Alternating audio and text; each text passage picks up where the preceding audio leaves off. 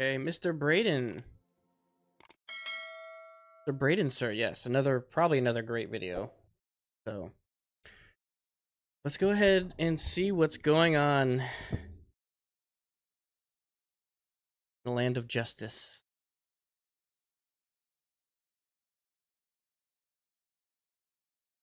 I need electrolytes today. I'm sorry. All right. me. Okay. Let me know if you can hear that. Hey everyone, Braden here, coming to you with a Mickey Views special report on a topic that I have not spoken about here on the channel in quite some time. The state takeover of the Reedy Creek Improvement District, now renamed the Central Florida Tourism Oversight District. This week, like what?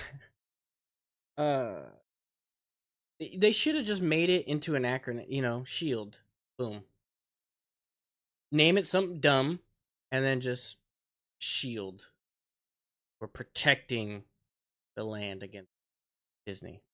Settlement was reached between Disney and the district, which we are about to get into. Briefly on the recent history that led us to this point, you should recall I love around this settlements. time 2 years ago, the governor of Florida got involved in Reedy Creek. That is the district that oversees Walt Disney World. It's a special district that Disney got set up back in the 60s, which helped with the infrastructure build out, privately subsidizing that, building out all the roads and infrastructure you have in the middle of the Florida swamp, which we now call Walt Disney World.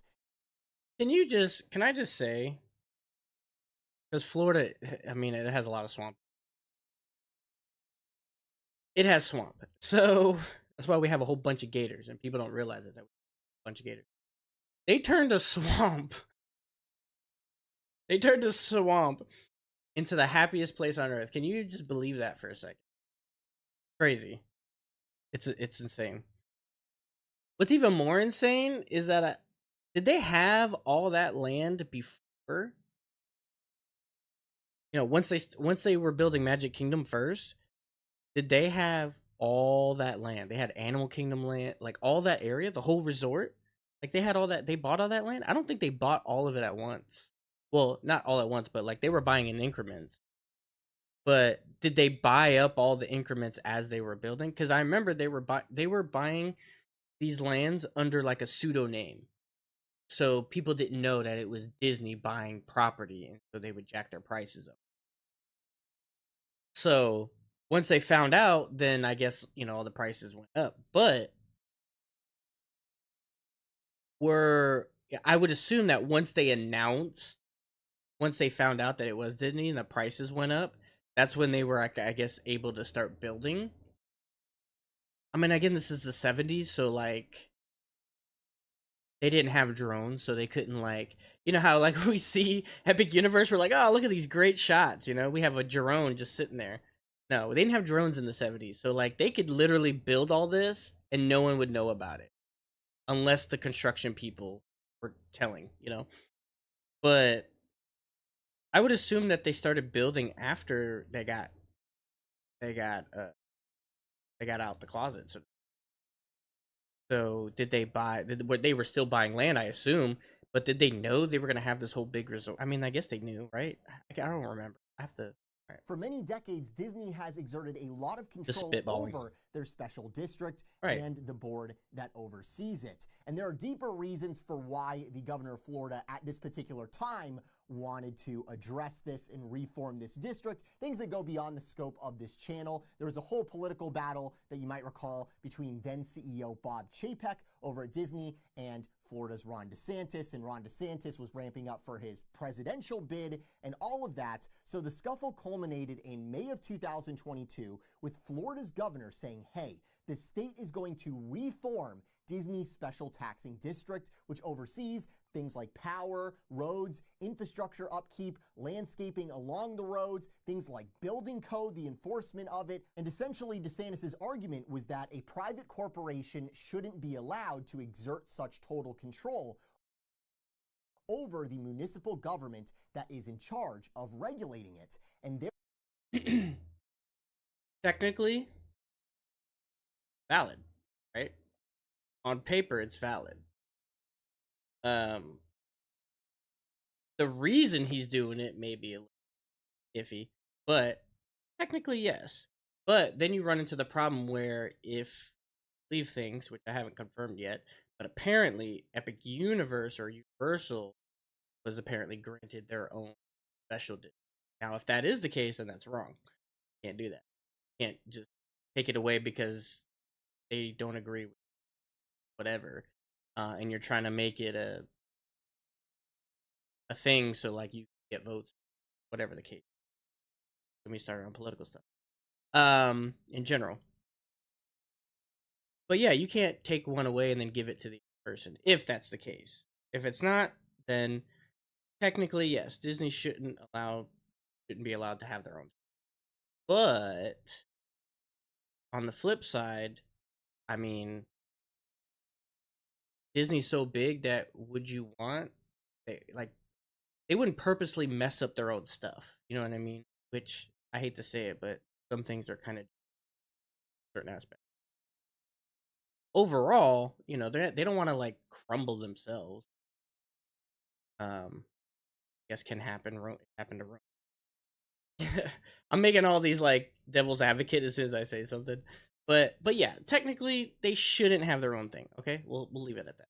Therefore, we want to replace the Reedy Creek Improvement District, and this naturally spawned a lot of questions over how do you replace a district with a 9-figure annual budget and over $1 billion in outstanding debt. And also there's lots of existing contracts between the district and other people, and the district sells bonds, and all sorts of questions like this. How would this all be resolved? There were concerns that the debt would be inherited by the surrounding counties or the state, which would need to be recouped through new taxes on the citizens. So see, right there, why? Like, and how is that allowed? Like, if someone has the bill, you just yeah, I feel like you just say things. You know what I mean? You're just saying something, whether it's true or not. That just doesn't make sense. Like, oh, this person has debt, but guess what? All the people that you know are gonna have the same debt as you. They're gonna have to fit the bill for you. You know, that's not how it works. You can't just give random debt to someone else. That doesn't work like that. I mean, I get what they're saying because this person has debt, they owe money, and if they can't fit the bill, then the state, since it's the state and they can do whatever they want, they'll just take the money somewhere else. Guess what? They'll take it from us, which is bull. But I mean, you allow them to do it. a good 8 months went by where nothing seemed to be happening until 2023 began, and lawmakers filed House Bill 9B, which detailed how the state takeover of the district would work. No bonds or existing debts or contracts with the district would be directly affected by the legislation. The district would be renamed the Central Florida Tourism Oversight District, and most crucially, the big change is that the Board of Supervisors would now consist of 5 members handpicked by the governor of Florida and then confirmed by Florida's state Senate. This bill passed through the State Affairs Committee, the Florida House of Representatives, the Florida Senate, and was signed into law on February 27th, 2023. When things What a really went Sharpie. nuclear was right as the governor's handpicked board came into effect, and Disney went, not so fast, with their departing board pushing through that famous development agreement just days before the new state-appointed board took over. And this development agreement stripped I the remember new they did board that. of virtually all of their powers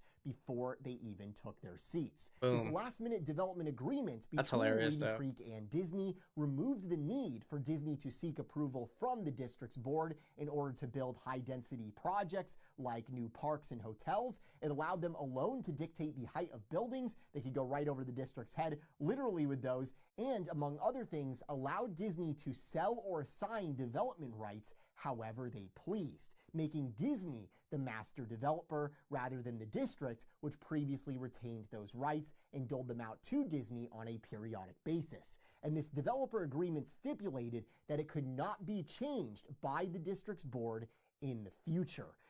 See, I remember that, but I don't remember that specific where they gave all the.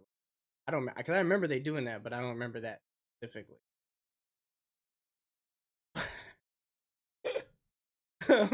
What a like. That's so funny. What a like. I don't. It's got gusto. You know what I mean? it's got some. It's got some nerve to do to do that. I mean, granted, they were felt like they were getting got, so they're like, oh, you know what? Guess what? That's just hilarious. You might recall what was so famous about this developer agreement and the restrictive covenants around it, and that was the King Charles Clause Disney invoked in these documents. I do remember that. I do remember the King Charles Clause. How do I not? Stating that this declaration shall continue in effect until 21 years after the death of the last survivor of the descendants of King Charles III, King of England, living as of the date of this declaration. Discovering this development agreement after taking office, the newly installed state-appointed... Wait, so... Again, though. What browser?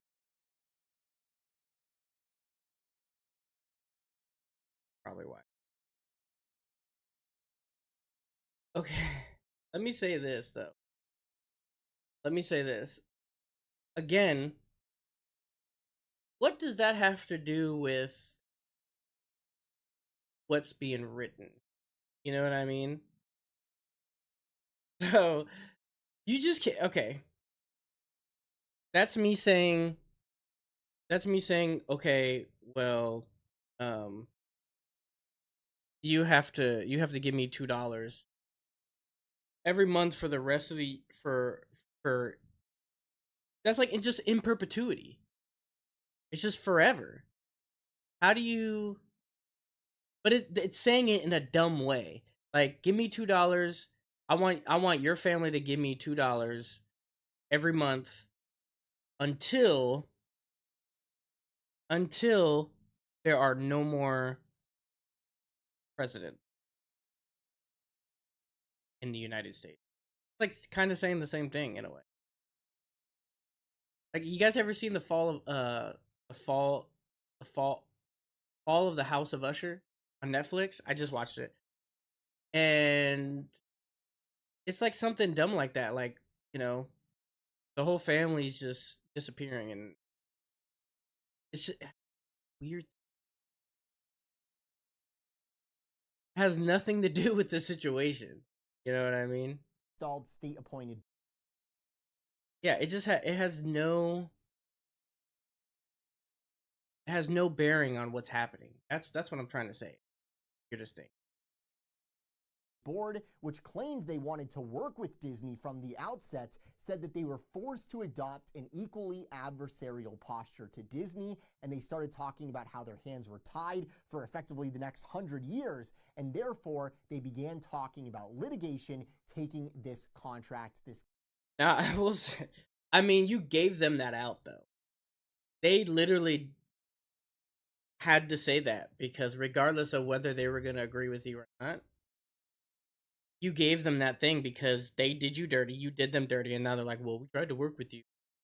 Which, I mean, these people had nothing to do with DeSantis, but... Case to the Supreme Court. And this incident was particularly embarrassing because while the agreement that Disney snuck through was portrayed as having spawned into existence out of the blue the day before the new board took their seats, the outgoing board had actually held multiple public readings and hearings on the developer agreement in the month leading up to the signing of the new law without anyone from the state realizing the ramifications of this till many weeks after the fact. Because they weren't paying attention? To my knowledge, no reporter fully realized the contents of the developer agreement. Disney was because who reads it? Public meetings either. So it wasn't just the state that was surprised by this. We all were. But nevertheless, this incited a storm of headlines against the governor, who appeared to have gotten outsmarted by the mouse. And the ensuing I love that. That's a good picture. Retaliatory press conferences where DeSantis suggested, among a other jail things, taxing the roads that you take in and out of Disney,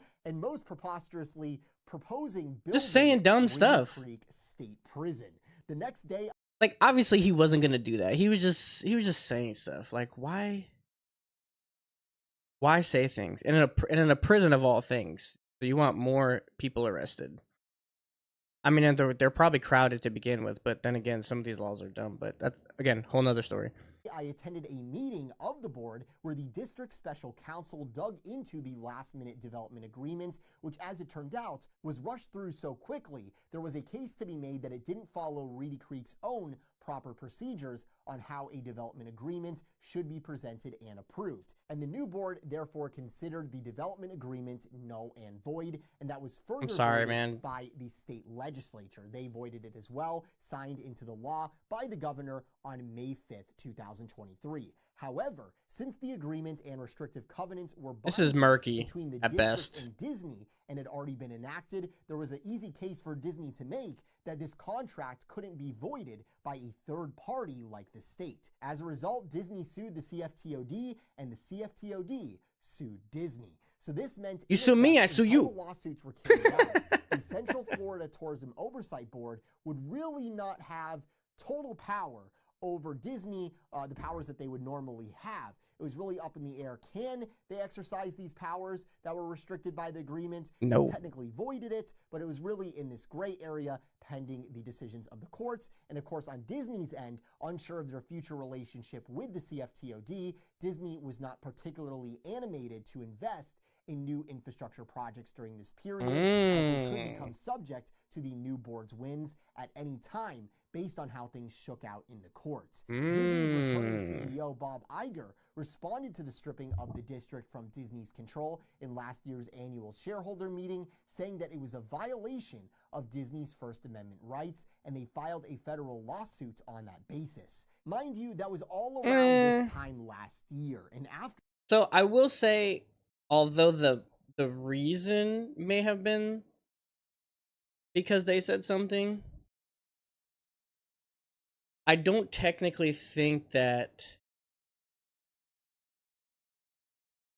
you could, because it's hard to convince that your First Amendment rights are being affected because of what they're doing as far as what is technically business related, I guess.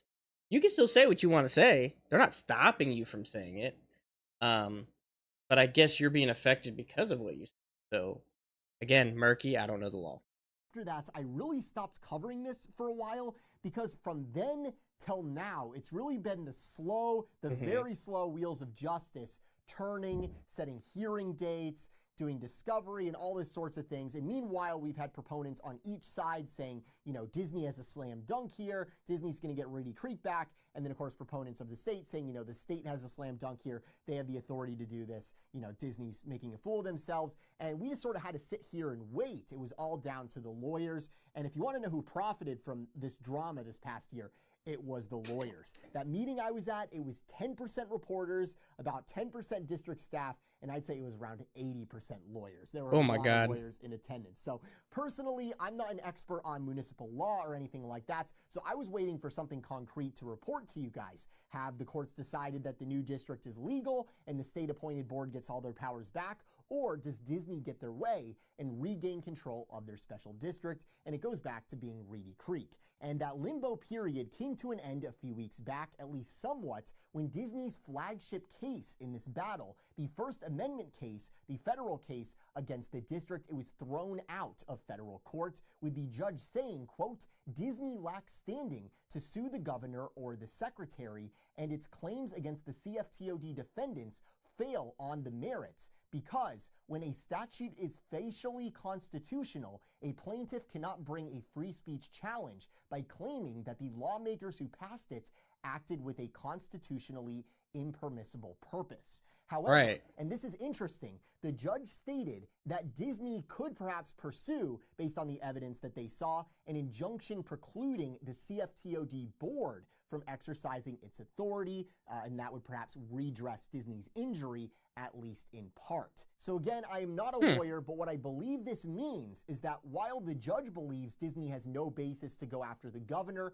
for using powers he's duly elected to exercise at his discretion, having reviewed Disney's evidence against the state and the district, Disney has alleged enough to show standing to sue the CFTOD defendants. That is, the new board, The board could be subject to further federal litigation, which could be personally damaging for the board members. And why? Hey, what's up, Steven?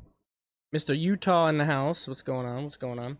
Yeah, we're just going over some news I've been missing, and we're about to watch we're gonna watch Hercules in a little bit. So very soon. I'm just gonna go over a couple things here real quick. And Disney appealed this decision in federal court, with the CFTOD being named as the defendant. At the same time, in the state case, Disney filed intent to record videotaped depositions of the entire board of supervisors. The new board, with the chairman of the new board, Martin Garcia, first up on March 22nd. So with all this in mind, the board members, they could be in legal trouble. Now they're going to be deposed on tape. A week prior to when Disney wanted to depose the chairman, he stepped down from the board just days after the district administrator also stepped down. So the reason I wanted to establish some of this history and so why are you stepping down? Because why are you being sued? Getting into the settlement details here is because I think these recent developments in particular color this settlement today. So they can sue the board, and so they didn't want to be deposed because they know why they were on that board for? So that's interesting. Like, why would you're just the board to oversight the committee? Well, I think the issue is that they don't know how to do anything. They don't know how to run. Well, I guess when you're put into a new job, you don't really know how to do anything, but they don't have experience in dealing with those kinds of things. I think that's the issue. Ending the 2-year power struggle and confusing legal battle, at the March 27th meeting of the CFTOD board, the district announced they'd reached a settlement with Disney. Here are the details. So Disney agrees to dismiss with prejudice their public records lawsuit against the district, with neither party admitting fault. This has to do with a lawsuit Disney filed in December over the state and district not fulfilling Disney's public records requests in a timely manner, what's going on? which Disney alleged was against Florida's Public Records Act. Disney is not only dropping that lawsuit, but also agrees to withdraw their public records requests submitted to the governor and the district. So that state case has been dropped. Then we get into the acknowledgments and stipulations. Disney agrees not to challenge the district's determination that the district's 2032 comprehensive plan and the amendments to the district's land development regulations purportedly adopted in January and February of 2023 are now null and void, as are the developer agreement and the restrictive covenants. As you'll recall at the start of this video, I laid out how that King Charles document and the related restrictive covenants Mr. Carey, what's going on? Regulations seem to be targeted at nullifying the authority of the new board, and that was the basis for the board's hostile actions against Disney in court. So, okay. So they dropped the case, and they furthermore dropped their King Charles law and everything. Okay, and also dropping, I guess, the boards, like them not being able to do stuff. So like now they can do stuff? I gotta get this go. Disney now concedes those contracts are null and void. Right. It even goes so far as to call them purportedly adopted. So even Disney seems to be saying, it was iffy if these were ever really in effect or valid or anything like that. So now that the district, the state, and finally here Disney have nullified that 11th hour developer agreement, it means the older development agreement, which reserved rights for the district and its board, is now back in effect. Right. And more heartening, it looks like Disney and the district will be working together to amend the 2020 developer agreement to account for future development at the Walt Disney World Resort. Who would have thought we'd ever see these two parties work together? Could be some pretty good stuff here. Next, both parties agree to push to dismiss with prejudice the state lawsuit against each other. There's a Okay. section about labor services Yay. between It's the costing them district money, and that's Reedy why. Creek Energy, their energy provider. Disney is given the long-term mitigation credits, which has been seen as a win for Disney here. Essentially what that means is that the credits the district has to develop undeveloped land on the property, move around protected swampland, things like this, Disney has the authority on all of those, which is an easy concession for the board to make if you think about it, considering that Disney owns virtually all of the land in the district. So who else would those go to? It definitely makes sense that these would go to Disney. Nevertheless, it gives Disney some greater assurances in terms of developing more areas, more undeveloped areas on the property. Look at that. Green is conservation. Wait, conservation, is that right?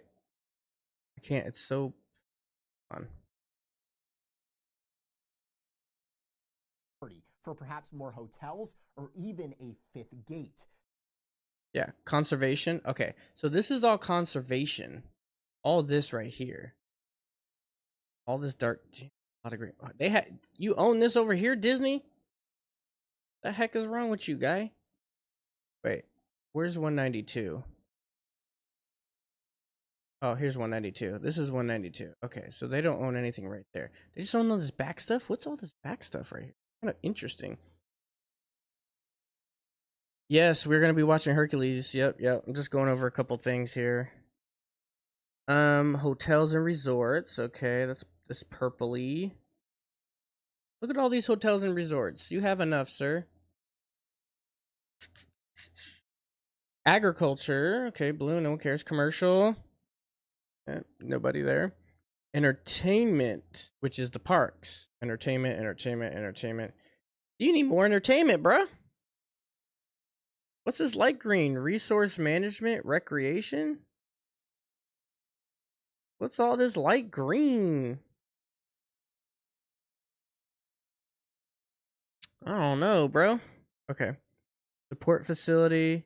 You got a couple. Okay. Undeveloped, which is like this. This is like this gray here. Is it technically gray? No, it's this. It's like a beige. So we have it's hard to see it. Beige. There's not much.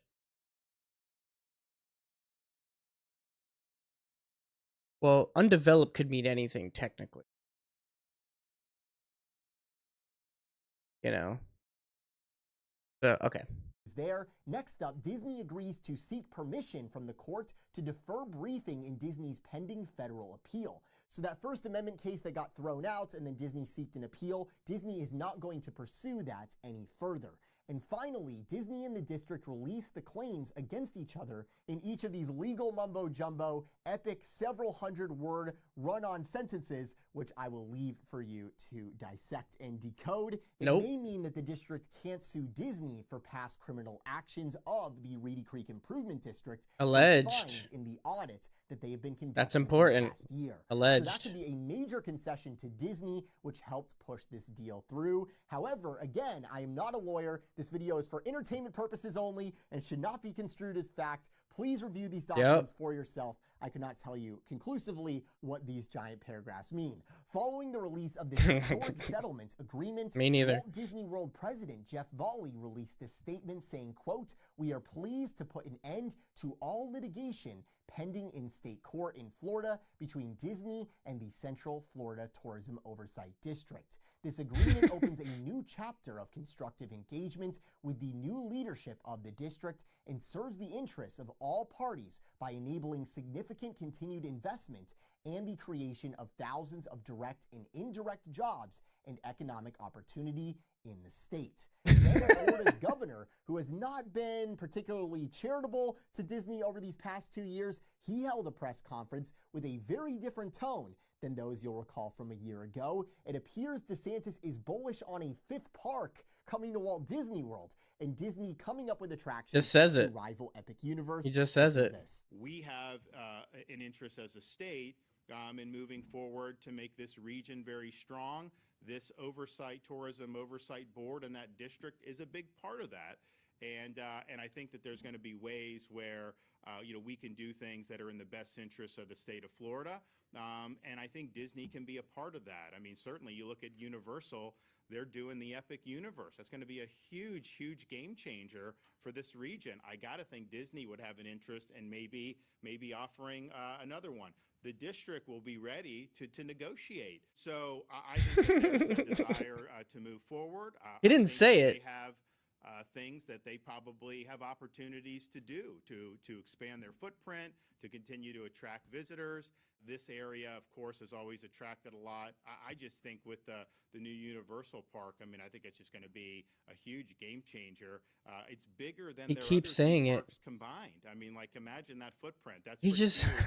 And so, I got to think that Disney would want to answer that to be able to kind of keep up with the competition. And I think that's a good thing for Florida, to have businesses competing against each other to offer more and more attractions for the tourists. So now that you're he just, you know what's so funny? He just says it. You know what I mean? Like, because he's still bitter.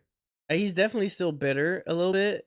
Because I know he made himself look like a fool a little bit in some aspects. Both sides make themselves look fools in this regard. But he just wanted to take a little jab just at the end. Like, look at Epic Universe. That park is bigger than the other two parks combined. Like, maybe they need another park. These politicians are hilarious, man.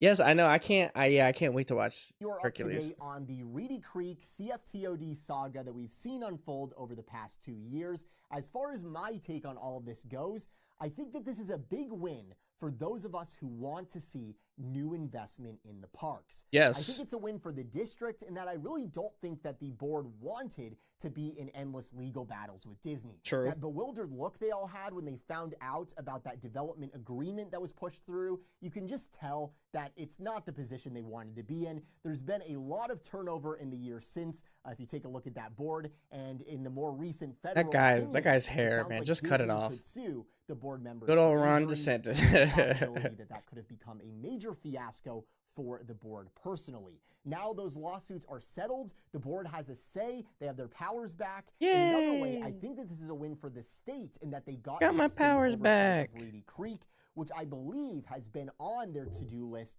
in the governor's office for decades, because Reedy Creek, it is a very, very special Now the state got their district. I board. think for a long time, before this was totally politicized, there were a lot of people that felt, that Disney should not be able to solely control this special district. And it's not baseless when I say that they've wanted to do this for a long time, because I have heard indirectly from a former Reedy Creek board member that this was something that was on their radar, as well as Disney's, going back even a decade ago. And, it seemed that a lot of folks thought that Disney... Well, granted, they've been doing good up until the last couple years. So, at least that we, I'd never used to pay attention to the news like that to know what Disney was going on. But I mean, so far they didn't have any issues with building stuff, but yeah, they're not supposed to have it. So let's keep it there. Well, okay, wait a minute. Why politics Disney, I guess, but I guess because of the original statement of what Iger said. And that's why that's the tag. That's a weird tag. Going to get the courts to revert everything back to pre-2023 Reedy Creek, back to business as usual, and it turns out that has not been the outcome, at least thus far. It's still possible in the future if Democrats control the legislature. For example, one Democrat state senator has actually proposed a bill to remove state control of the district.